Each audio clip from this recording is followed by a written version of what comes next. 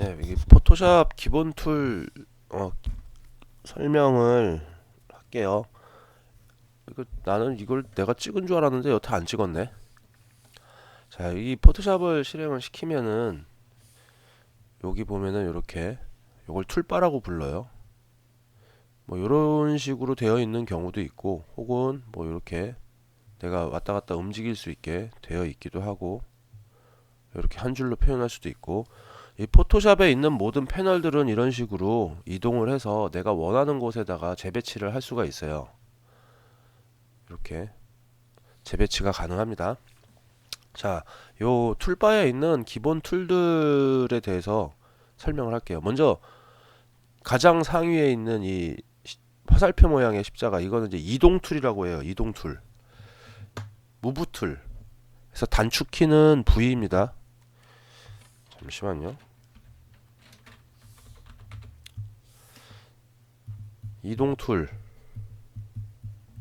단축키 V. 뭐 단축키를 어디 적어놓고서 막 외우시는 분들도 있는데 뭐 그것도 좋은 방법이고, 근데 저 같은 경우는 그냥 일단 무작정 쓰라고 그래요. 일단 그냥 이렇게 하나하나 찍어서 귀찮더라도 하나하나 찍어서 쓰더라도 일단 사용을 해보고, 사용을 하다가 그 하나씩 자연스럽게 알게 되더라고요. 저도 뭐 일부러 외운 적은 없어요. 그냥 쓰다 보니까 하나씩 자연스럽게 알게 되고, 뭐 전에도 설명했지만 여기서 에딧의 이 키보드 쇼컷을 통해서 제가 직접 뭐 툴에 단축키를 설정을 할 수도 있고 하니까, 저는 근데 이제 가능한 한 기본 단축키에 먼저 적응하는 거를 권장합니다. 자, 이 이동 툴은 뭐냐면은 말 그대로 이동하는 거예요. 이렇게 이동시키는 거. 근데 이거는 이제 이 이미지 그림을 이동시킨다는 개념이 아니라 이 레이어를 이동시키는 개념이에요. 레이어를 이동시키는 거. 그렇기 때문에 내가 뭐 여기 이 빈 공간 아무데나 잡고선 해도 이동이 되죠. 이거는 레이어를 이동시킬 때 사용한다. 그리고 포토샵에서 Alt 키를 누르고, Alt 키를 누르면 이렇게 커서가 두 개로 바뀌었죠. Alt 키를 누르면 커서가 이렇게 바뀝니다. Alt 키를 누르고 이동을 한다는 거는 복사를 의미해요. Alt를 누르고 이동을 하면은 복사다. 자, 근데 방금 제가 보니까 어때요? 레이어가 3장이 됐죠, 갑자기. Alt 키를 누르고 레이어를 이동시켰으니까 레이어가 복사가 된 거예요.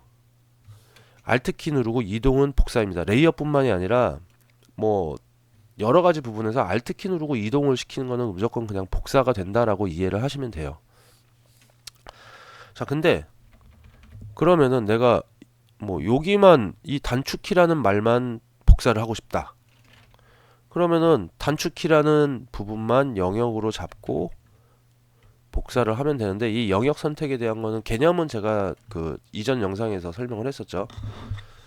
영역으로 선택을 하는 거에 대해서 개념은 제가 전에 설명을 했습니다. 자, 이렇게 근데 이런 식으로 영역으로 잡고 복사를 할 때는 Alt 키를 누르고 이동, 복사가 됐죠. 근데 레이어는 늘어나지 않았죠. 어떤 특정 부분을 영역으로 잡고 이동을 시키는 거는 복사가 안 돼요. 레이어가 복사가 안 돼요.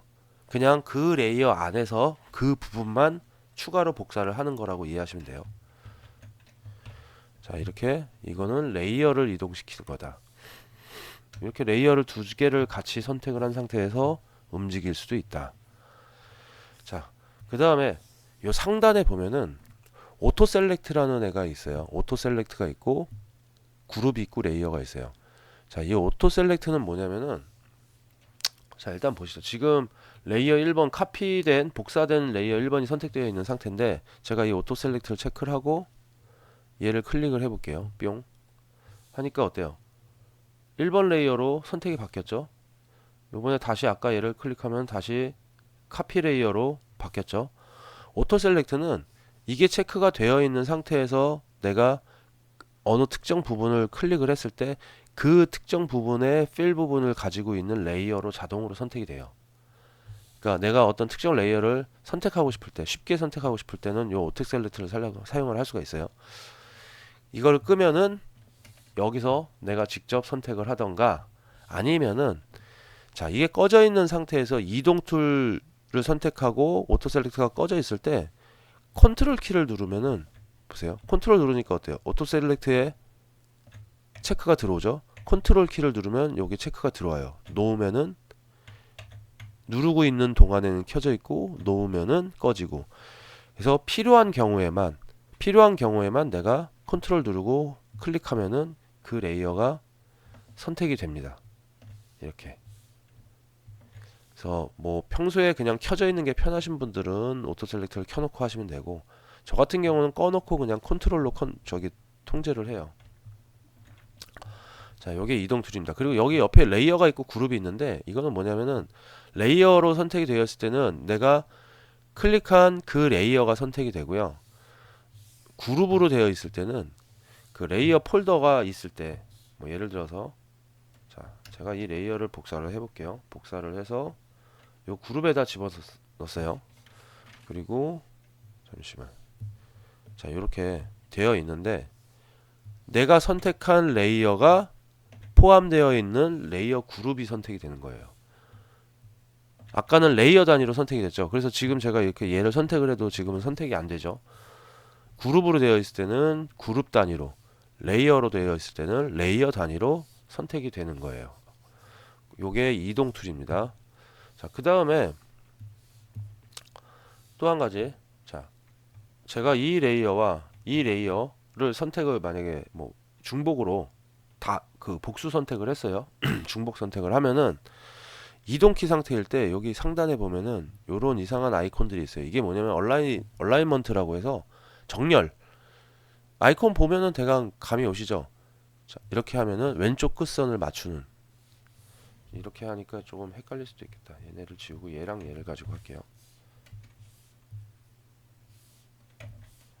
자, 이렇게 되어 있는 상태에서 제가 이 레이어와 이 레이어를 선택을 해서 정렬할 레이어를 선택을 하는 거예요. 얘랑 얘를 내가 정렬하겠다. 얘랑 얘를 가지고 좌측 끝선을 맞추냐, 중앙에 맞추냐, 우측 끝선을 맞추냐를 할 수가 있는 거예요. 이렇게 보니까 변화가 안 생겨서 잘 모르겠죠. 자, 이 상태에서 해볼게요. 자, 좌측 끝선을 맞출 것이냐, 중앙에 맞출 것이냐, 우측 끝선을 맞출 것이냐. 이거는 상단을 맞출 것이냐, 중앙에 맞출 것이냐, 하단을 맞출 것이냐. 이렇게 그 레이어 간의 어떤 정렬, 레이어 간의 정확한 정렬을 하고 싶을 때 사용하는 겁니다. 자, 지금 활성화가 안 돼 있죠. 왜냐면은 이 레이어가 하나만 선택이 되어 있으니까. 내가 이 레이어와 이 레이어를 정렬하겠다라고 복수 선택을 해야, 중복 선택을 해야 요게 활성화가 되는 겁니다. 자, 요게 이동 툴이에요. 단축키는 V입니다. 아무래도 이동 툴은 정말 뭐 기본적으로 엄청나게 많이 사용하는 툴이니까 그냥 이건 뭐 금방 익숙해지실 거고요. 자, 그 다음에 막기 툴. 자, 여기 있는 요 세 가지는 그 영역을 선택하는 툴이에요. 제가 그 영역 선택에 대한 개념은 이전 영상에서 설명을 했었는데, 그 영역을 선택하는 여러 가지 방법 중에 하나기보다 요 세 가지가 그 방법들인데, 그 중에 하나가 이제 요 막기 툴입니다. 막기 툴이라고 부르는데, 얘를 누르고 있어 보면은, 자, 렉탱글러 막기 툴, 이게 뭐라고 어떻게 읽어야 되는가? 엘립티컬 막기 툴. 자, 네모로 선택하는 거, 원으로 선택하는 거, 네모로 선택하는 거, 혹은 원으로 선택하는 거. 자, 이렇게 선택 영역을 내가 어떻게 선택을 할 것이냐를 결정할 수 있어요. 자, 이 선택 영역에 대한 개념은 설명을 했으니까 제가 그냥 단수 뭐 따로 설명 다시 안 할게요. 그냥 요 선택 영역은 그 영역 안에서만 작업이 이루어진다. 내가 어떤 작업을 하든 전에 설명을 했었죠. 그래서 자, 아까도 잠깐 보여드렸지만 마찬가지로 이동도 마찬가지. 내가 얘만 선택을 했기 때문에 얘만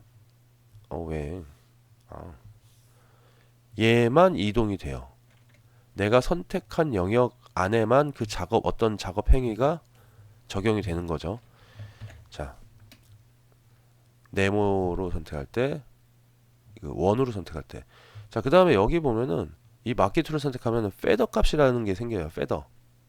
자, 여기 보면 이 아이콘들은 뭐냐면은 이게 기본 값이고, 자, 이렇게 돼 있으면은 제가 이렇게 하고 이렇게 하면 자동으로 플러스가 되는 거예요. 근데 이게 기본값. 기본값은 제가 선택을 하고 이렇게 하면은 선택 영역이 이쪽으로 내가 마지막에 한 부분으로 바뀌어요.